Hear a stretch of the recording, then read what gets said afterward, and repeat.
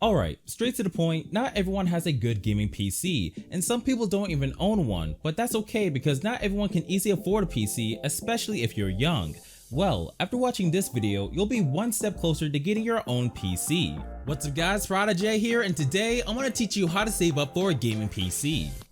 Alright, first things first, you gotta set a budget for your PC. And honestly, I'm quite surprised when I see people not doing this because this is probably the most important tip on this list. What exactly do you want to do with your PC? Do you want to make YouTube videos with it? Do you want to play the newest games on high settings? Or do you want a PC to just play a few particular games like CSGO, Rocket League, or even Fortnite? I mean, these are just some of the main questions you gotta ask yourself because you can't just go into this blindly without fully knowing what you want. And when it comes to the budget of a PC, you should know the general rule that in most cases, the more money that you put into a PC for a budget, the better the performance will be, but this only applies if you're upgrading crucial parts that matter the most. So this wouldn't be applied if you had a budget of $500 and used $300 of that to buy a PC case, which is why it's important to divvy out your budget to the parts that matter the most. But speaking of price, how much would you spend for your first gaming PC? Well, I'm gonna make some type of diagram on screen to show you guys a general idea of what you might want to go for if you plan on building a PC from scratch. And just a disclaimer, you do not need to follow this diagram exactly because this is just my personal take of what I would recommend for someone wanting to build a PC. So for the lowest price I would ever recommend building a PC is from $300 to $400, and this price range is good for playing some basic games that don't require that much to run like CSGO. But at this price, you're gonna be playing most games on low settings and some maybe medium. For a mid-range price, I would recommend from $500 to $750 or more, and at this price range, you're gonna be able to play most games at 1080p 60 FPS on high settings. And this is the most recommended price range if you want to get into PC gaming on a budget. And lastly, for high-end prices, you're going to be looking at $1,000 to $1,500 or way more. And this price range is pretty much going to let you play most games at 100 FPS or more and let you get the chance for 4K gaming. So after going over all that, I hope you guys have a better idea on how much you should spend on your first gaming PC because in the end, it all depends on what you need it for.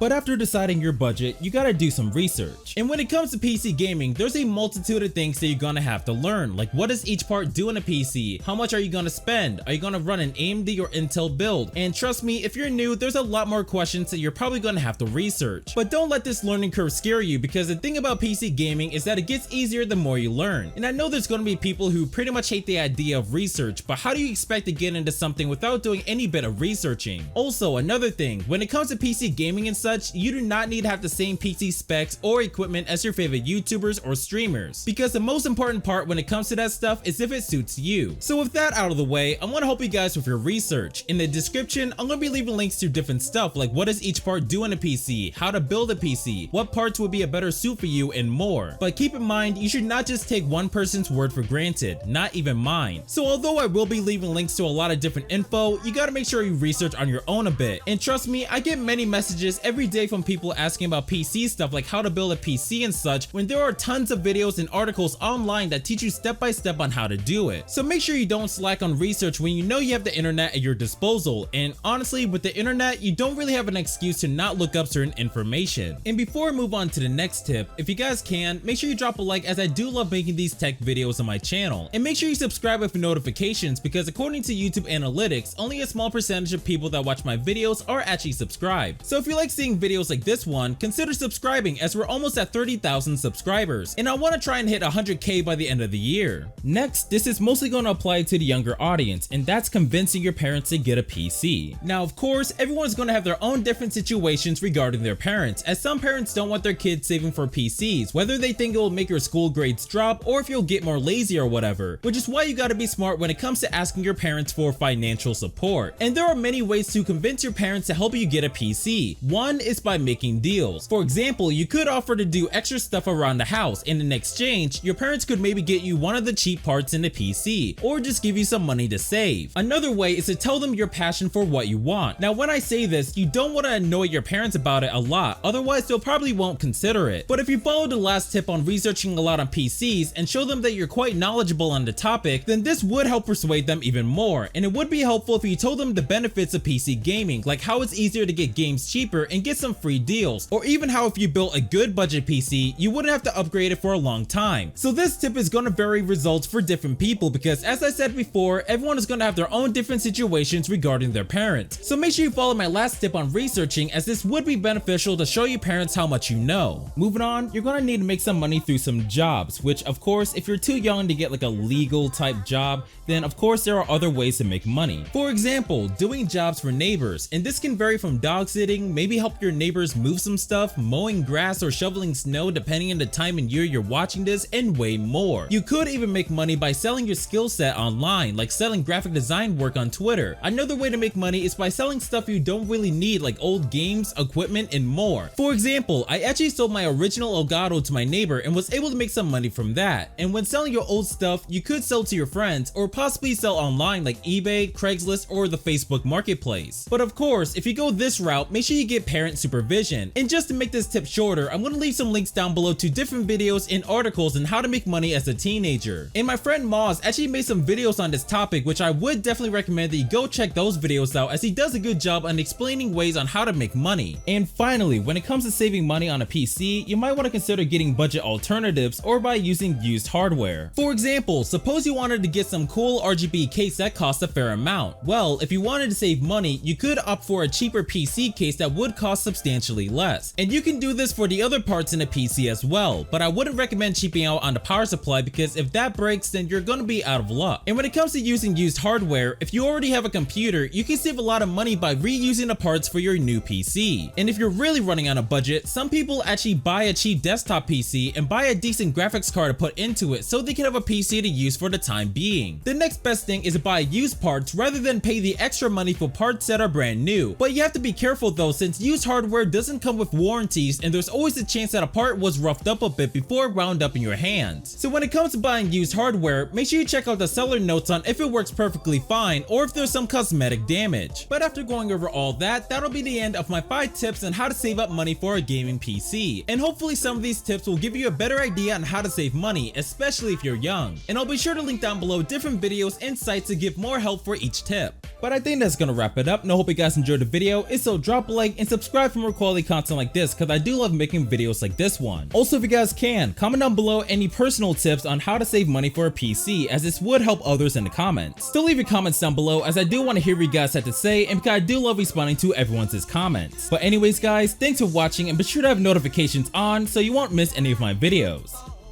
My name's ProdiJay, and as always, stay classy.